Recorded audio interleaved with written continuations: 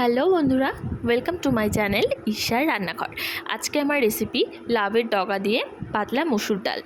বাইরে আজকে যা গরম পড়েছে, তাই ভাবছি আজকে তোমাদের সাথে আমি ডালের রেসিপিটাই শেয়ার করি। চলো দেখে নেওয়া যাক আজকের রেসিপি। প্রথমে দেখো, এখানে আমি অল্প মসুর ডাল কিছুক্ষণ ভিজিয়ে রেখে দিয়েছি, আর এই পাশে রয়েছে আমার লাউয়ের ডগা। আর এই যে দেখো, ডগাগুলোকে আমি ভালো করে কেটে নিয়েছি, কেটে ধুয়ে রেখে দিয়েছি। এখানে দেখো, ডাটার সাইজগুলোকে কিন্তু আমি একটু বড় বড়ই করেছি, আর পাতার সাইজগুলো হাত দিয়ে ছিঁড়ে নিয়েছি। ভালো করে এগুলো ধুয়ে রেখে দিয়েছি। এবারে কড়াই আমি অল্প জল গরম বসিয়ে দিয়েছি, আর এখানে রয়েছে কাঁচা লঙ্কা। খুব বেশি কাঁচা লঙ্কা দিইনি, আমি অল্পই দিয়েছি, আর কাঁচা লঙ্কাটা মাঝখান থেকে আমি একটু চিড়ে দিয়েছি। তারপর দেখো, ডালটাকে আমি ভালো করে ধুয়ে নিয়েছি। এবারে গরম জলের মধ্যে আমি ডালটা দিয়ে দিচ্ছি, সাথে কাঁচা লঙ্কাও দিয়ে দিচ্ছি। তারপর এর মধ্যে আমি দিয়ে দিচ্ছি পরিমাণ মতো নুনটা দিয়ে ডালটাকে একটু নেড়ে দিচ্ছি। আর এই সময় গ্যাসের আঁচটাকে একদম আমি লো করে দিয়েছিলাম। তারপর দেখো, ডালে এরকম ফেনা চলে আসলে ওপরের ফেনাটাকে আমি ফেলে দিয়ে এবারে গ্যাসের আঁচটা একদম লো করে নিয়ে ডালটাকে আমি ঢাকা দিয়ে দেব।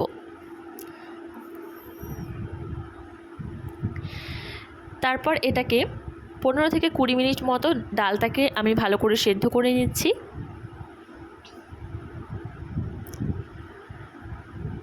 দেখো, ডালটা কিন্তু আমার সেদ্ধ হয়ে গেছে। এবারে এটাকে আমি ডাল ঘুটনি দিয়ে ঘুটে দেব, যাতে ডালটা কিন্তু দানা দানা না থাকে। একদম ডালটা গলে যাবে, তাহলে একটু ঘুটনি দিয়ে দেখো, এটা দিয়ে আমি এবারে ডালটাকে ঘুটে দিচ্ছি। দেখো, ডালটা কিন্তু খুব সুন্দর গলে গেছে, এর মধ্যে কিন্তু একটুও দানা দানা নেই। তারপর এর মধ্যে আমি দিয়ে দেব শাকগুলো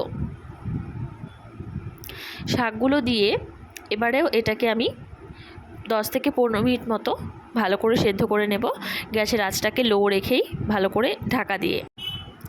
তারপর দেখো, এখানে আমি একটা গোটা রসুন নিয়েছি। আমরা কিন্তু অনেকেই মাংসতে গোটা রসুন খাই, তো তোমরা গোটা রসুন কিন্তু এরকম ডালেও দিয়েও খেতে পারো, ভালো লাগে খেতে। তারপর দেখো, এটাকে এবার আমি ঢাকা দিয়ে দিচ্ছি 10 থেকে 15 মিনিটের জন্য।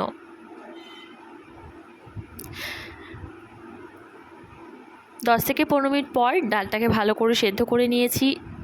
ডালটা তো সেদ্ধ হয়েছিল, ডগাগুলো ভালো করে সেদ্ধ হয়ে গেছে। দেখো, তোমাদের একটা আমি দেখিয়ে দিচ্ছি ডাটা। এই দেখো, ভালো কিন্তু সেদ্ধ হয়েছে।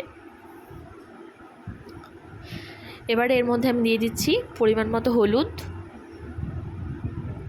হলুদটা দিয়ে এবার একটু নেড়ে দিয়ে এটাকে আমি 2-3 মিনিট জাল করে নামিয়ে নিচ্ছি। দেখো, ডালটাকে আমি নামিয়ে নিয়েছি। আর এখানে ফোড়নের জন্য আমি নিয়েছি 5টা থেকে 6টা শুকনো লঙ্কা, আর নিয়েছি 4টা থেকে 5 কোয়া রসুন আমি থেতো করে নিয়েছি। তারপর দেখো, কড়াইয়ে সর্ষের তেল দিয়ে দিয়েছি। তেলটা গরম হয়ে গেলে এর মধ্যে আমি শুকনো লঙ্কা আর রসুনটা দিয়ে দিচ্ছি। এবারে রসুনটা আমি ততক্ষণ পর্যন্ত ভাজবো যতক্ষণ না রসুনের ফ্লেভারটা ঠিক করে আসছে, বা রসুনটা একটু লাল লাল না হচ্ছে ততক্ষণ। আর এই গরমের সিজনে কিন্তু রসুন ফোড়ন দিয়ে মসুর ডাল ভীষণ ভালো লাগে খেতে। কার কার ভালো লাগে এইভাবে মসুর ডাল, অবশ্যই কিন্তু আমাকে কমেন্ট করে জানিও। তারপর দেখো, রসুনটা ভালো করে ভাজা হয়ে গেলে এর মধ্যে আমি ডালটা দিয়ে দিচ্ছি। এবারে ডালটা 5 মিনিট মতো ভালো করে ফুটে এলে নামিয়ে নিলে কিন্তু রেডি লাউয়ের ডগা দিয়ে মসুর ডাল। ভিডিওটি ভালো লাগলে লাইক, কমেন্ট, শেয়ার, আর আমার চ্যানেলটাকে অবশ্যই সাবস্ক্রাইব করে দিও। টাটা।